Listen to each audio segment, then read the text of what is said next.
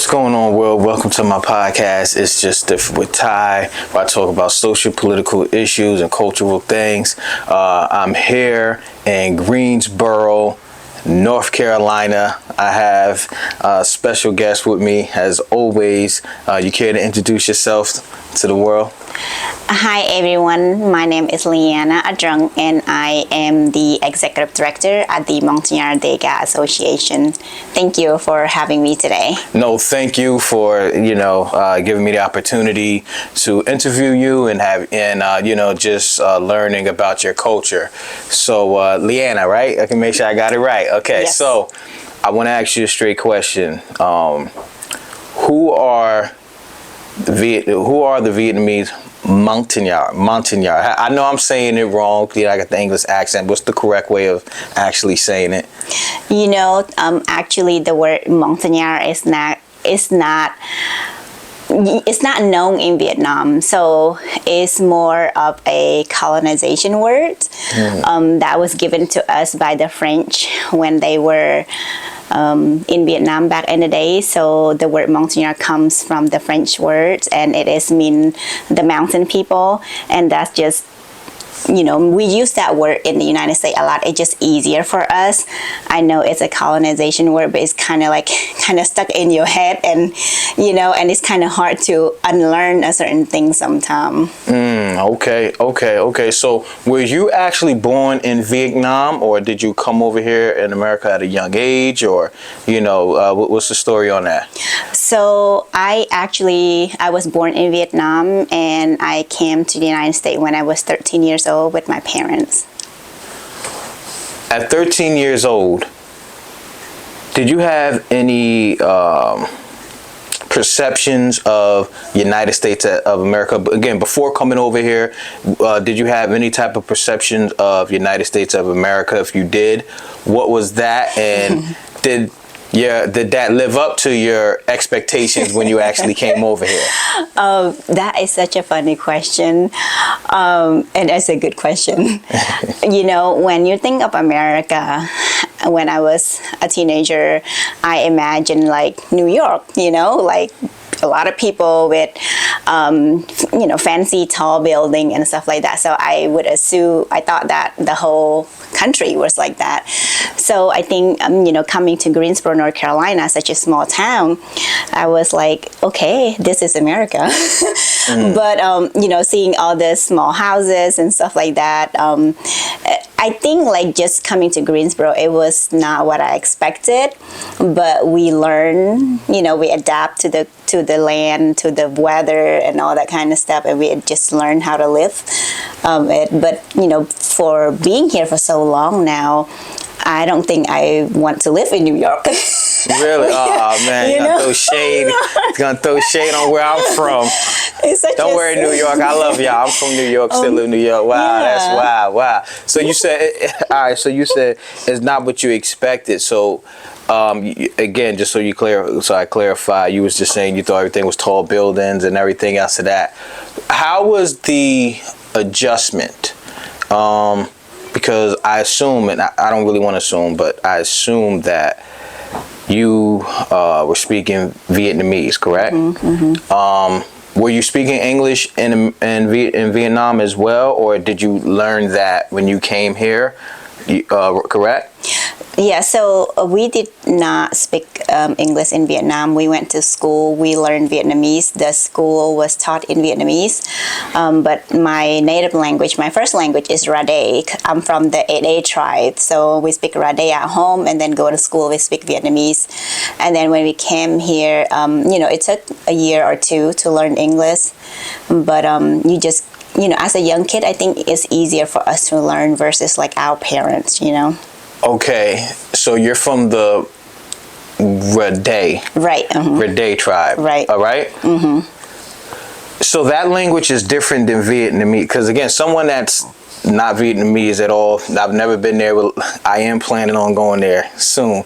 I just thought anyone that's born there, that's just the language is Vietnamese. Everyone speaks the same, and that's it. You're telling me that there's different languages, dialects within Vietnam. Yeah, so there's different languages. It's they have its own writing and reading, song, music, whatever. But in Vietnam, there's like 54 ethnic minorities. And the primary language is Vietnamese. So that's the in every town or city, that's the language that we've learned to when we are in school. But in Greensboro alone, there's at least 4 to about 5 languages that we know of, which is Rade, Jirai, Mnhar, Nong, and a couple other things I can't remember right now. Okay. Kaha is the other one of the main languages. Okay. Yeah. And how many different languages you speak? I just only speak 3. That's it? Yeah. No, I'm joking. No, I know somebody I who's speak 15. Yeah. I'm joking. I mean, I know someone who's like 6, 7. Yeah. Okay. So when you came here to America, why Greensboro? Like you said, did you have a choice? Did your parents have a choice coming to New York? Was it something where they said, hey, pick out of a hat what places you want to go and we'll see? How, again, of all of the cities in America, how did you end up in Greensboro? So from what I've learned, talking to the people who first arrived in North Carolina, the first group that arrived in '86, they were asked to look at different states and where it will be, more better for them, where they can do like farming, agriculture stuff, and they chose North Carolina. And then there's the resettlement agency. So when more people came, they bring us to North Carolina because there was already established group of people from our culture and the people that speak the same language, the people looks like us. So the resettlement agency, they work with whoever they work with, and then try to bring a lot of us to North Carolina, just so they make it easier for us to kind of get to live in this is my home now kind of thing, learn from each other, have the support system that we needed as a new arrival. Okay, all right, cool. So being here for some time now, and you adapted to the culture of America, I want to ask you, have you faced any family, any type of discrimination, while being here in America? Because there is a history with that within America. So I want to know, did you or any of your family or friends have to face that while being here? Well, thank you for asking that, and I think that's such an important issue or an important question to address. But for us, growing up, I think where we just have to learn and adapt and kind of assimilate, I guess, with the new culture and stuff like that. But in terms of like discrimination and stuff, I don't remember if it happens or didn't happen. I mean, I remember like getting bullied at school back in the day, but I don't know if it's based up on my race or not, or is that something kids do at school. Yeah. I know nowadays we try to teach our kid like, no, bullying is not okay. But I think, living in Greensboro, because we know a lot of people from our community already, we have a lot of big support. We have churches, we have people to drive us around and stuff like that. And we try to advocate for our community, like, okay, we want to make sure they have the language at the doctor office, or, if they need help calling the city of Greensboro or something, they have access to language, just culturally appropriate services. We do a lot of advocacy on that to make sure people are being served. People have the right to request for language and stuff like that. I see you talk a lot about culture, and culture is very important. And I say that to say, I noticed that you are wearing an outfit right now. Can you let the people know, dive into that and let them know what exactly that you're wearing and the history behind that right there. Yeah, thank you. So I am very passionate when it comes to like identity and, keeping your culture, because for me, it's like your background, it really helps to kind of shape who you are and how you see the world. So in different tribes in Vietnam, we all have like a different pattern, when it comes to like clothing. But back in the day, the women normally do weaving. We actually have traditional weaving classes here in Greensboro that we teach to the young people, and back in the day, women in our culture don't wear shirt. Long time ago, and then they've learned that you can do weaving and stuff like that. So the weaving for us is like considered art, traditional art, and it's part of our culture, and we want to pass it down to the next generation because food, right? Food is culture, those kind of thing. Any kind of art stuff, I think, is very important to keep, because those are the things that reminds us of who we are, and we teach it to the next generation. That way, like, your culture is still there. You have history. You have that, knowing where your ancestors come from, knowing where your parents come from. So that's why we work really hard at the organization, try to have language classes, different type of art form, music, dances. So we offer all that to the community. That's important. That's real. So your title, you are a executive director, right? Yes. Why do you feel it's so important to you to continue to be involved in your community and continue to pass that tradition down? So for me, I think it's very, very important because so this organization, the Montagnard Dega Association, was formed in '86 with, when the first group of people came. And so it's been around for over 35 years now. And all of the board members who started and the people who used to work here, they all retire or pass away. So when I joined in 2015, 16, I formed me and a couple other people. We were in college, and we're like, we need to have some kind of resources to support our young people. So we form a group and then join this organization and just kind of start volunteering, working, and promoting a lot of culture thing, music and dances. And I did that when I was in high school as well. Like, I joined the international club or something, and we do different performances. And so when our former executive director, he retired, I applied for the position. So I believe that I'm the second director for the organization in its existence from what I've Congratulations.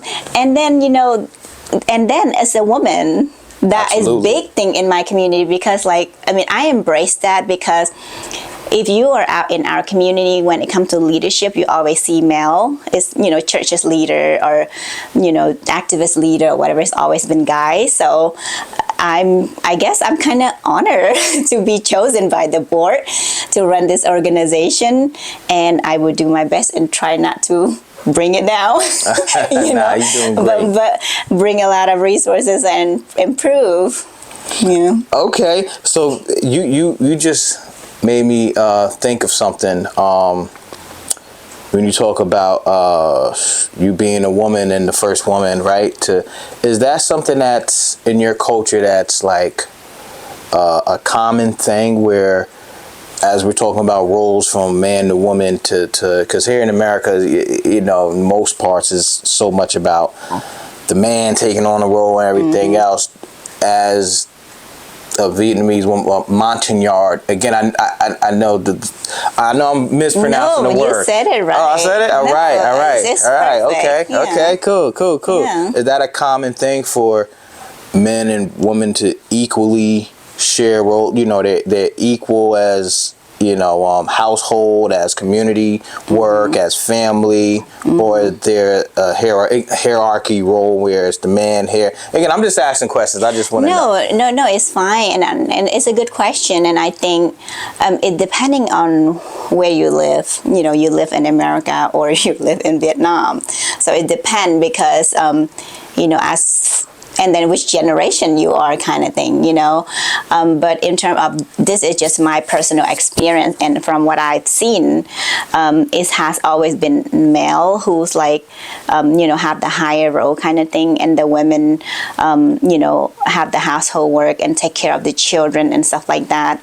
That's from what I've seen back in the day, but I think when it comes to this kind of work, like kind of social work and just helping the community, I see a lot of women who are doing that, who are taking on, a lot of young people in our community are the one that's taking on that leadership role now, or like, helping people and stuff like that. So, guys, we have a few guys as well, but I think I guess I would say this kind of job doesn't really appeal to young people in terms of how much you get paid, kind of thing, But I'm glad to see that a lot of young people are wanting to help out, and a lot of young ladies, Okay. Yeah. All right. Now, speaking of organization, you bring up organization, and you talk about structures within your community. Have you, or have the Vietnamese Montagnard, have you worked with other different ethnic groups as far as organizations to get things done in the city of Greensboro? I don't know, book bag drives, whatever is that nature. If no, is that something that's y'all thinking about in the future or anything to that nature?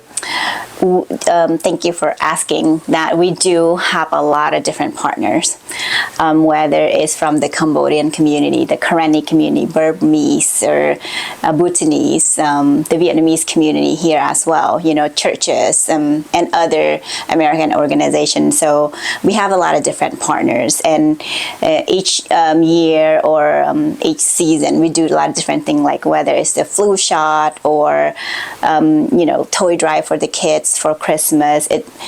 We also work with the Liberian and the Swahili speaking community. So our organization here in Greensboro. Yes. Okay. So our organization, we have different funding sources. So our state refugee funding, that one, you are allowed to serve any refugee. It doesn't matter where they're from, as long as they have the status of refugee.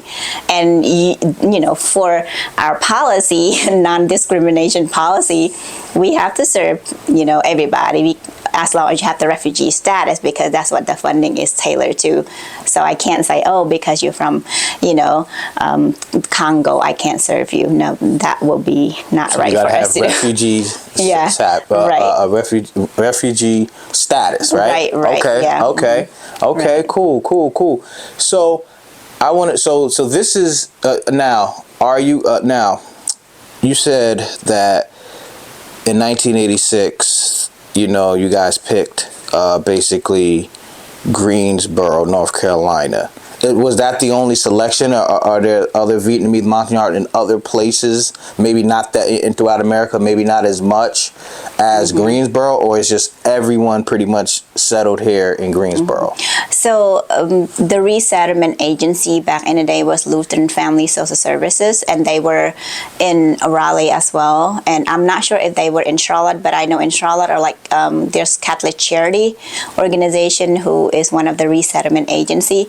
So they place us some in Raleigh, some in Charlotte, and then some in Greensboro, just kind of throughout the state, and then a few in New Bern. I think that's how you say it, New Bern. Oh, New Bern. North Carolina. Oh, that's North Carolina. Okay. I'm like, I've never heard of that. Okay. So what is your message right now?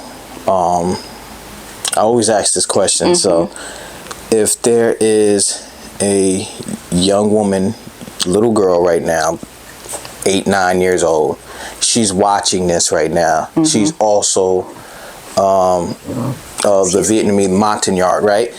And she's looking at you talking, she also may want to follow the path of things that you're doing right now. You know, this is what she wants to do. What would you say to her right now as she's watching? So for me, and and I have a daughter, and my daughter's 12 now. I would say, try to be involved in your community, volunteer, but also don't be ashamed of who your parents are or who your parents are. Our parents come from a refugee and immigrant background. Embrace that identity, embrace that, that culture, because those are the things that makes you unique. You don't want to be like everybody else. You want to be different. Different is awesome. That's what I say, So being different is good. Learn and volunteer as much as you can, and just be humble, be nice to people. We live in a world that sometimes can be very hard. People say things that we might not want to hear, but at the end of the day, we do the best that we can and try to be nice to people, and also help the older folk in our community, because those are some of those people who don't have family, and they really do need us, the young people, the next generation. That's what I would say, and I do say that to my daughter and her friends.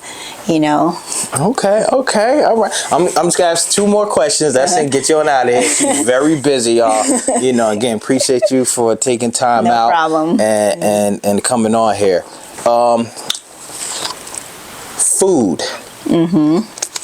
What is usually every group of people have a culture, traditional food of what they eat going back hundreds of thousands of years ago. For you, for your people, what foods are that? And tell me the importance behind those foods. So, a couple of things I can, and it's a must-have. So, eggplant, is not the purple eggplant, big eggplant, like Thai eggplant, those kind of eggplant. So eggplant soup, and you can cook eggplant, you can eat it raw, you can make it however you want it. So eggplant soup, you always have to have at a party. If you go to a party, there's no eggplant soup to eat with your rice, you're at the wrong party. You're at the wrong party? So okay. You have to have that. I've been at a lot of wrong parties there, man. We garden. A lot of people in our community garden, especially the elder in the community. So eggplants, you have to have it. Hot pepper, you have to have it. Hot chili pepper. We would freeze though. A lot of people would buy this big refrigerator freezer that you see at the store. Yes. And that's where we would store our pepper and eggplant for the winter. So that's one of the number one. And then I think the second one, so we call it vite. So it's basically a lot of, what we do is we buy a whole cow, right? You buy a whole cow and you clean it or whatever by yourself. And I don't know how to prepare this, but I've seen the older generation, where, they would get different intestine, different, with the skin, and cut it into small pieces and mix it. And they get this little, basically it's like a cow poop, but inside the intestine, but not the bad part, the good young part. I don't know how to explain it. And then you mix everything together and you freeze it or whatever, and you only have that once in a while on special occasion, especially an event or funeral, because people would buy a whole pig or a whole cow, and they don't sell that at the store. So those are something that's for a special occasion, but it's very traditional in our community. And the kids will make fun of us, but I'm oh well, this is something you need to try. See, this is why it's important for me to ask you, because I've seen something somewhere on the internet, and you can't believe everything on the internet. They were saying that the Vietnamese Montagnard, everyone is vegan. No one eats meat and everything. So I said, I don't know if that's true or not. Let me ask. And again, it's why it's important to ask. Yeah. The other thing I wanted to ask, because to me, I feel like the biggest thing to a person's culture, to who they are, is language. Yes. Now, when you're speaking, I forgot the name. Is it called Rad? Rade. Rade or Ede. Ede. Now, is that something that you only speak within your family and in your community? Is that like a forbidden thing to talk to someone who's American and, you know, teach them words or whatever have you? Can you not do that, or can you? So it depends on who you're talking to. Like, you know, at home, I speak Rade to my mom because that's the only language she understands. With my children, I go both between English and Rade. And with client, you know, depending on, you know, if who they are, which language. So we try to communicate with each other, whichever the best language that we can. And that's why, you know, it's important to us. That's why we open a class for the young people to come and learn, because a lot of the churches, you know, they either speak Gaha, Jirai, Nong, and Rade. You know, they have the hymn book or the Bible in their own language, and you know, they're singing the song and reading the Bible in those languages, and it helps with the learning, you know, for the young people. But I don't know how the mind work. I have not read a research about how the mind work when it comes to language, but it's like it kind of have a button there, like, okay, it's English time, okay, it's Rade time, Vietnamese time. Only reason why I asked that, because again, I want to be respectful of you and your culture, and you know, I'm saying, would it be too much? And if it's not, I understand it. If you were in your native tongue, would you say, hey, how you doing? You know, in your native soul people. But if you can't do it, don't do it. Yeah, no, definitely. Singa jijang swai sai mlai mơ hè rồi này. Lai chắc cái gì độc lăng clay blue mai doa này rồi này. And what was that? So basically, we don't really, we have a word for hello, but it's kind of like what's up kind of thing. So it's singa. So hello, but we don't say hello when we see each other. We said, what you doing, what you buying, those kind of things, you know. Okay. If I see you at the store, I would say, what are you buying, you know, how are you, stuff like that. Like, you know, we don't really have a word for hello. Okay. So I just said, you know, hi, how are you? Thank you for watching our conversation today, this kind of thing. And I don't remember what else I said. Okay, see, now I knew what she said, but I was just testing y'all. No, I'm joking. But last thing, religion. You just said, you know, talked about the books, the Bible, whatever. When you were back in Vietnam with your parents, what was your guys' ideologies, belief system, and did that change coming over here in America? Well, that's touchy. It is. If you don't want it, you don't have to answer that. No, you know. It's okay. Thank you for asking. I will answer it based on my personal experience, because you know, everybody have their own story, everybody have their own experience, so it's different. You know, I don't remember how old I was, but I remember the day that the preacher or the pastor came to our house. We have a long house, and in the front is like where it have this place where you do your cooking. I remember the pastor come to my house and was reciting was saying some words, and for my parents to repeat it after them.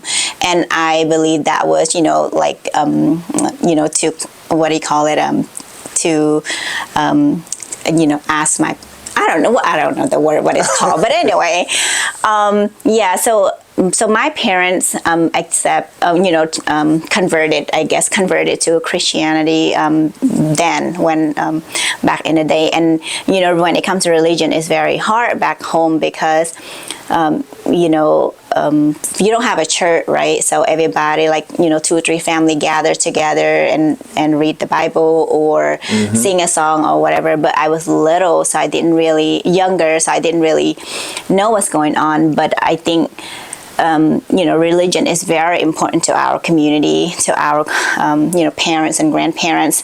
That's what keep them together, when it comes to religion. And they do a lot of gathering, Christmas, New Year, or whatever, those kind of thing.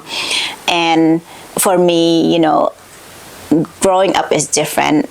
now that I'm older, I see things different, and that's just my personal experience. You know, like I kind of I question things, like I question stuff, you know. Yeah, those kind of things. So it's okay to do that. Yeah, we all do that.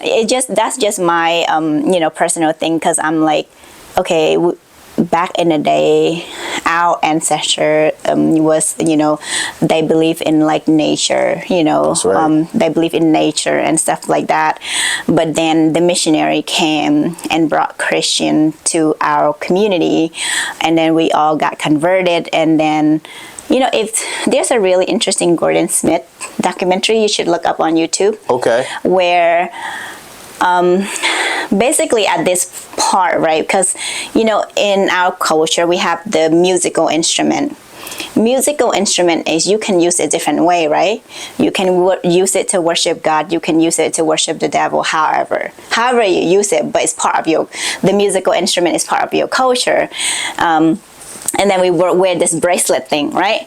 So basically in that video, it shows that basically this is just me, okay? Just me. I'm not speaking on everybody else. This is me. I'm talking about me. Basically in the video, it says, what you're doing is wrong. Take it out, throw it in the trash, throw it away. Basically, that's what I saw. And it's like, your culture is wrong. This is not how it's supposed to be. This is how it's supposed to be. That's how I see when it comes to religion. When I say I question the way that they tell us what to do, you know, like, Correct. Like, yeah, Correct. I believe in God, I believe in this and that, yes, you know, I pray and this and that, but like, why are you telling me like my culture is wrong, kind of thing? That's what I saw in the video. Correct. Everybody Correct. can interpret it differently, but that's just how I interpret it. You know, and I think it's very sensitive topic to, you know, a lot of people. It is. It's very sensitive. I get it. I understand. But that's the last question I wanted to ask you. Yeah. Thank you for coming on here. You can have the last word on here. Look in the camera and say whatever you want. I'm giving you the floor. Well, thank you so much for having me. And, you know, the last thing that I want to say is to just continue to support us, support our organization and our young people, because, you know, a lot of people kind of in between, you know, loss of identity, loss of who they are. And I think that you know, we need all the support that we can to help the next generation so that they can embrace who they are and continue to have this organization so that we will be able to support our elder in our community, because those are the people kind of, you know, led the way and kind of our legacy kind of thing. So thank you. Thank you, guys. Liana, thank you for having Vietnamese Montagnard. Check it out. Greensboro, North Carolina. See you guys. Peace.